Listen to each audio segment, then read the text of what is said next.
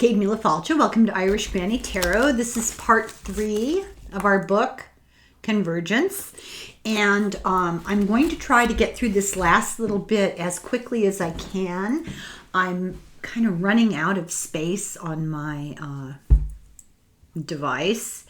If for some awful reason this cuts out, I will upload what I've recorded, clear out my iPad, and start over to conclude.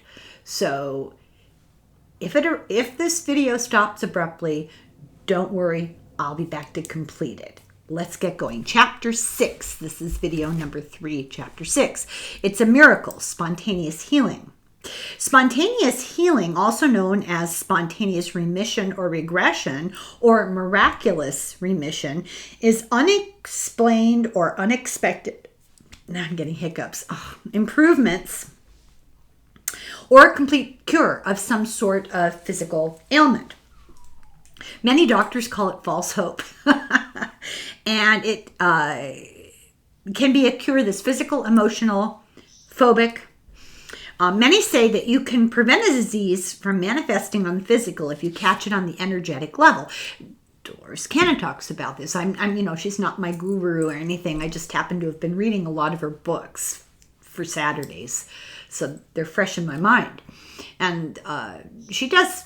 Nostradamus talked to her about this, healing from the outside in.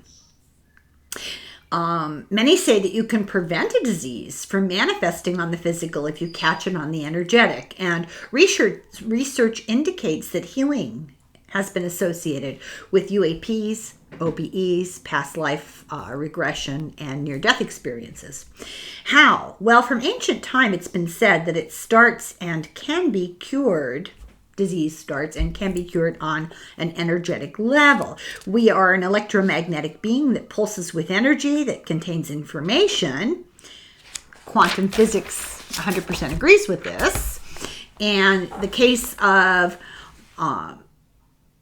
Mellon Thomas Benedict in 1982 was dead 90 minutes from brain cancer, was resuscitated.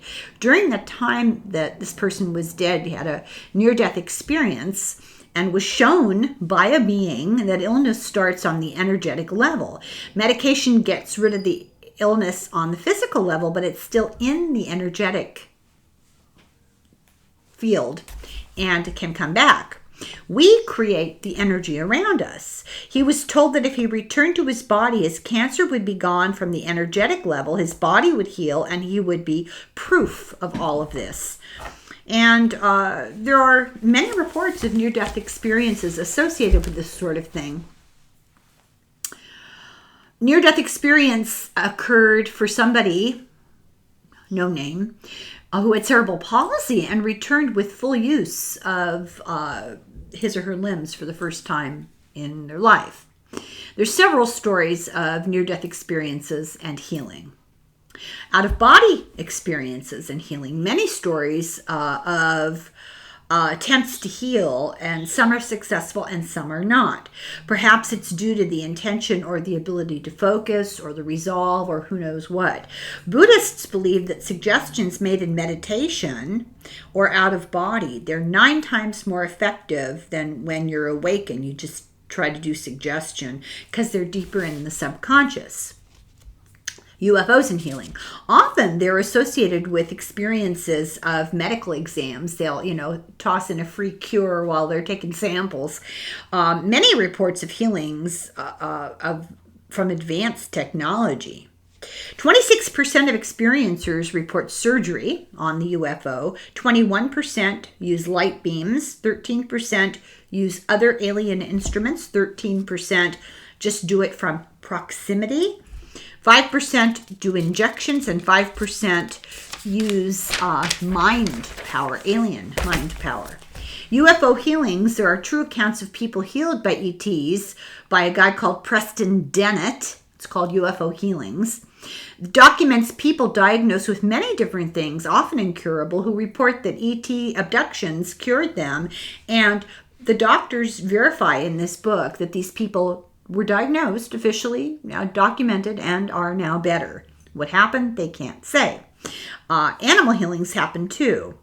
When this is interesting. They say when a doctor tells you something is incurable, what that means is the doctor can't cure it.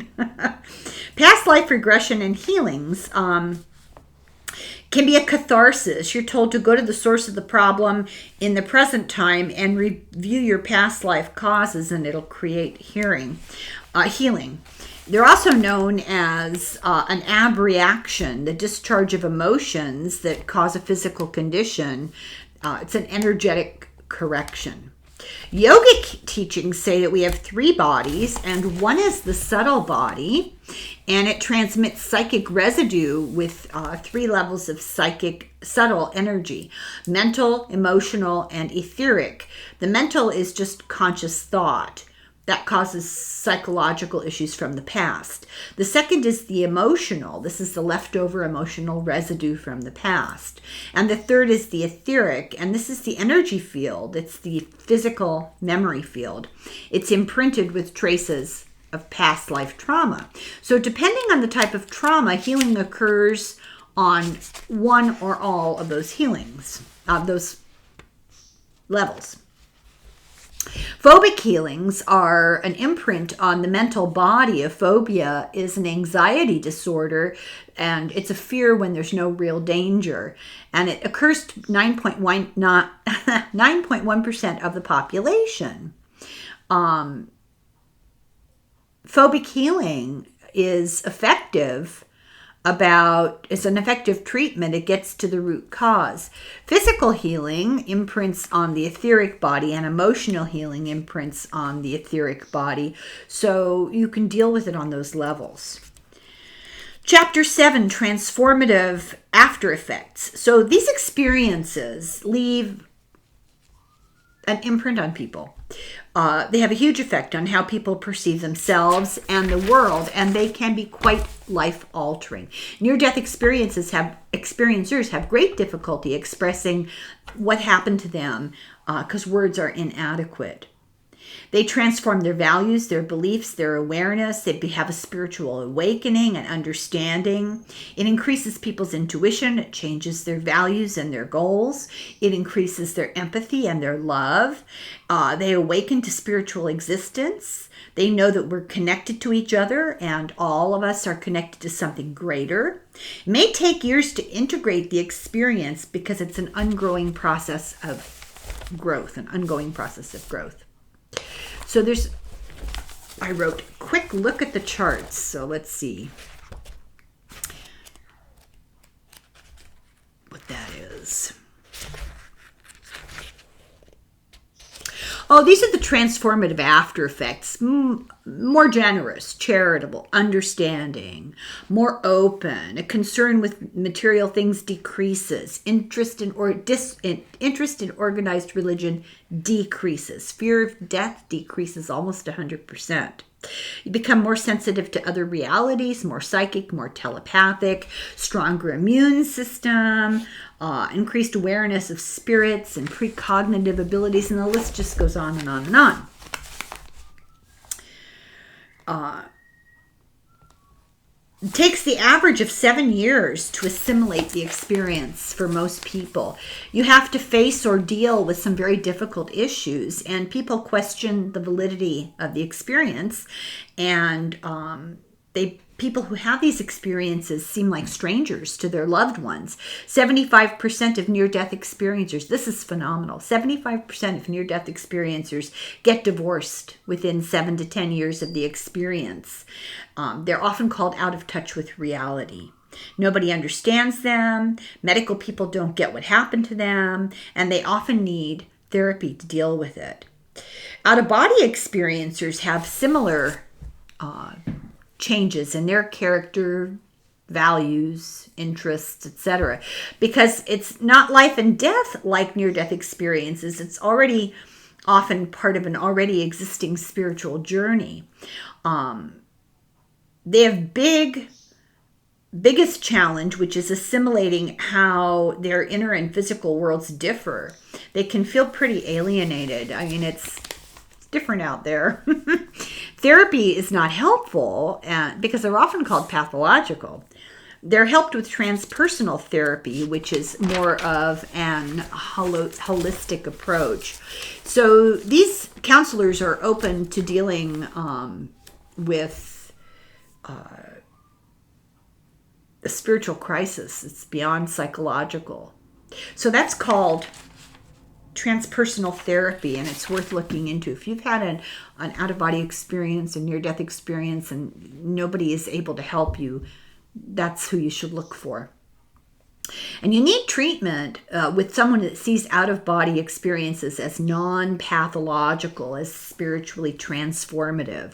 And of course, UFOs have just as much of an effect, very similar to near-death experiences. People often won't discuss their experience. They have a fear of being labeled, and there's social isolation and anxiety, which leads to depression. It changes your reality, and eventually, with support, you don't care about the acceptance of society because your values have changed. You don't need external validation. Past life recall has numerous beneficial outcomes. You learn profound lessons about why you're here. You get healings. It's transformative. Often it impacts family dynamics because suddenly you have a new view of what your family relationships are all about. And especially when kids remember their other parents from other lives, parents need to be open about this. So what are the electromagnetic effects of all of these things? So we live in a quantum energy sea and we interact with it. That's a given. People with these propensities have trouble with electronics, with lights, with watches. I don't wear a watch. See these necklaces I wear? I'm really very lucky that they're cheap things from Claire's that belonged to my children, 20 years ago. However, I take them off immediately after I finish making a video, because if I don't, they'll just explode off my neck. Maybe someday Denise will tell you the story of the soda can. That's all I'm going to say. So, and my husband blames me for everything that breaks. This 2 weeks ago, our stove, our dishwasher, our toilet, and our hot water heater all went out on the same week. Sorry. Near-death experiences vibrate at a higher level, and the experiencers and women, a woman at the conference gave a keynote address, and they tried to record it, and the recorder worked, but there was nothing on the recorder when they finished it. Out-of-body experiencers involve energy surges that can't be explained. Things just stop working for them, like your car, your microwave. They often report a vibrational state, a feeling of vibration, and this is a global phenomenon. And it includes hearing sounds and feeling sensations. This transcends time and space. It's a journey into consciousness. UAPs include a change in the level of consciousness, the increased interaction with other dimensions, and energy changes. Past life regression. You get taken to past life traumas and held in that energy field. It changes the frequency and you get interferences. So the higher the frequency, the higher the consciousness, and often people after a past life regression will report increased psychic ability. Chapter 8, weighing in on our stories, meaning their stories.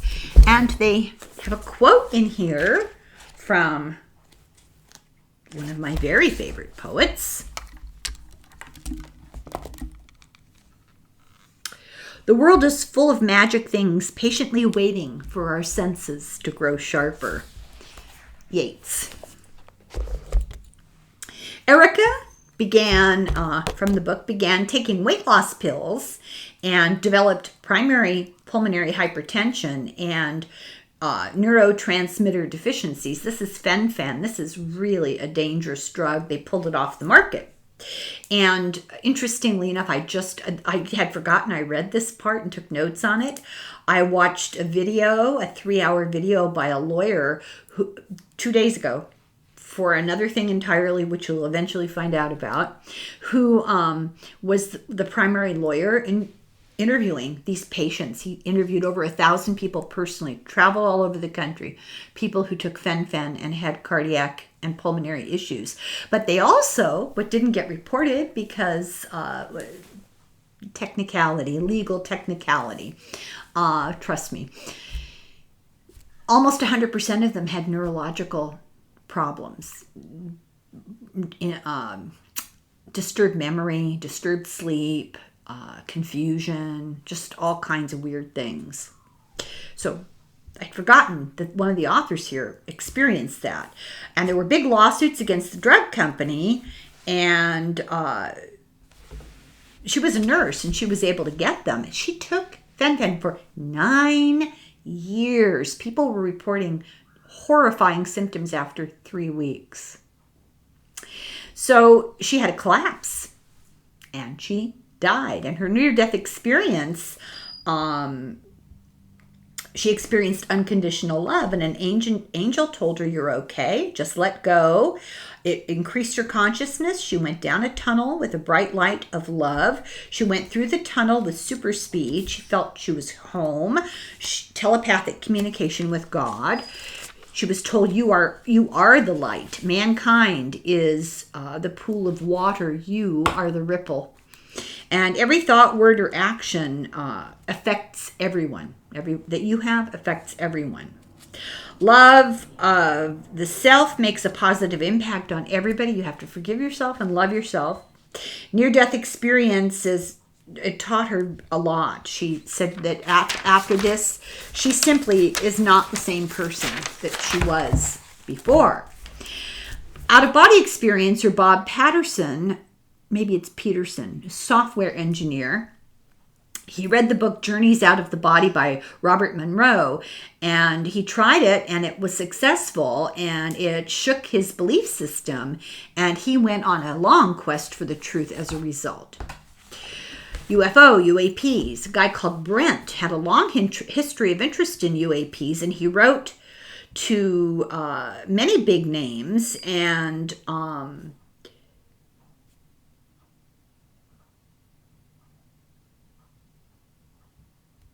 he saw the connection, saw the link to the paranormal, and he recounts many cases.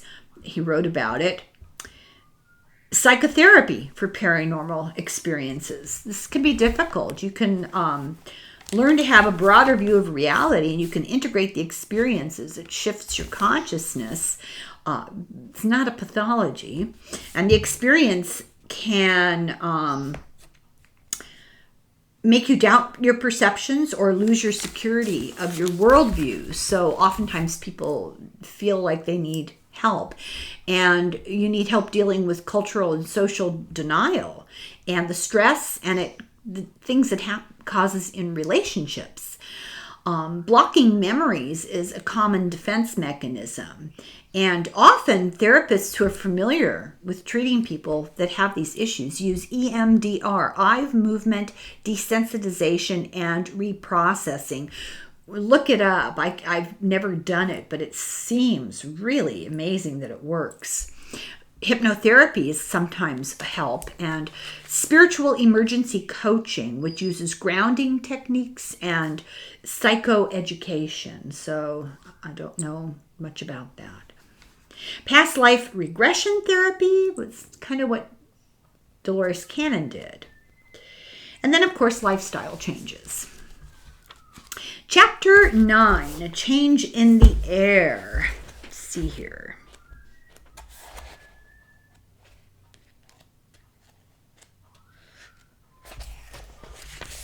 Our greatest blessings come to us by way of madness, providing the madness is given us by a divine gift. Socrates. Historically, society in general has regarded people who talk to God as being holy, but if God talks to you, you're considered insane. Thomas Zaz, a psychiatrist. In medical school, there's very much a brain-based approach to consciousness, and not much help for experiencers, no understanding. They're considered delusional, dissociative, or lying. Medical people are either unwilling or unable to validate what's going on for you. People begin to feel very isolated and crazy, and they question their own perceptions, and that is to be expected. They need compassionate psychiatric care with a spiritual component for healing. Erica, the nurse, taught mental patients, was taught that mental patients don't tell the truth, that these experiences are baloney, that they took too many medications. There just are not enough advocates or positive therapy for these experiencers. Her near-death experience really showed her the inadequacy of care. There's an urgent need for mind, body, spirit education in the medical field, which, good luck, it's going to be an uphill battle. She said she saw this especially as a hospice nurse, and we've talked about the hospice stuff, Dr. Carr, Christopher Carr. She feels that we drug the events of psychospiritual transformation, and that many may not be mental diseases at all, that people are really having legitimate experiences that nobody knows how to explain or treat. Spiritual awakening can mimic a nervous breakdown. In the eyes of the medical profession, it's pathologized and medicated. There may be phenomenological similarities between parapsychic experiences and psychiatric disorders. It requires a different management strategies that need very open-minded care. And they should at least increase their compassionate listening skills, don't you think? Slowly, we're now, universities are beginning to open up to this. University of Virginia, University of Arizona, Duke, USC, Johns Hopkins, University of Edinburgh, Cornell, Stanford, they're starting to incorporate these belief systems. And so we read exclusively, we have read really extensively about Dr. Ian Stevenson and the University of Virginia's Division of Personality Studies, where he studied children who felt they had reincarnated. He studied near-death experiences, PSI research, and this gives these areas more gravitas and serious consideration. He really contributed to the field. February 2007, New York Times, they had an article, Princeton closes its engineering anomalies research lab that had studied for decades about thoughts creating actions, ESP, telekinesis, but they closed it down. So let's read why that happened. For 28 years, we've done what we wanted to do, and there's no reason to stay and generate more of the same data, said the former dean. They've shown what they needed to show. Former sociologist Harriet Zuckerman, author of Scientific Elite, Nobel laureates in the United States, says that we know people have ideas beyond the mainstream, but if they want funds for research, they have to go through peer review. And the system is going to be very skeptical of ideas that are inconsistent with what is already known. However, Dr. Robert Jan, the Dean of Engineering, defied this system, and he just didn't get money from the school or the government. He took money from private donations, and the biggest donation of all, who do you think donated the biggest chunk of money to research in parapsychology? McDonnell Douglas Corporation. That should make all of us pause. They use a random number analyzer to prove mind over matter. And they had peer rejection and peer ridicule. They were examined by experts over decades, and they showed that the scientific methods were good. There was nothing wrong with how they did it. They published more than 60 articles in the Journal of the Society for Scientific Exploration, and they were devoted to topics outside the mainstream, and they took no money from government or school organizations, and therefore they weren't accountable to them. This led to the ongoing Global Consciousness Project, which studies the effects on the physical world of collective global consciousness. A couple of courses at Duke, UNC Chapel Hill were given, and they kind of met with dismissal. Online, you can do an International Metaphysical University. It has 6 courses on ufology. The Center for Excellence in the UK. The Metaphysical Institute, you can get a full ufology degree program there. Let's see if I have a more accurate title for it.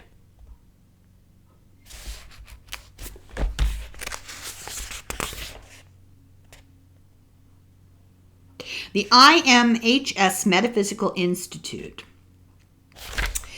And Sir John Eccles, neurophysiologist and Nobel Prize winner, said, "I maintain the human mystery is incredibly demeaned by scientific reductionism, with its claim in promissory materialism to account eventually for all of the spiritual world in terms of patterns of neuronal activity.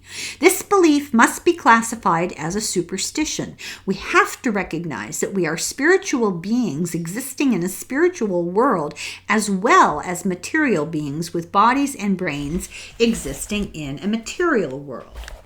And then we have Final Thoughts, Chapter 10. The author's argument is that all of these different experiences are non-local. They're interconnected, they're beyond space and time, they're underreported, and they are positively life-altering in a good way.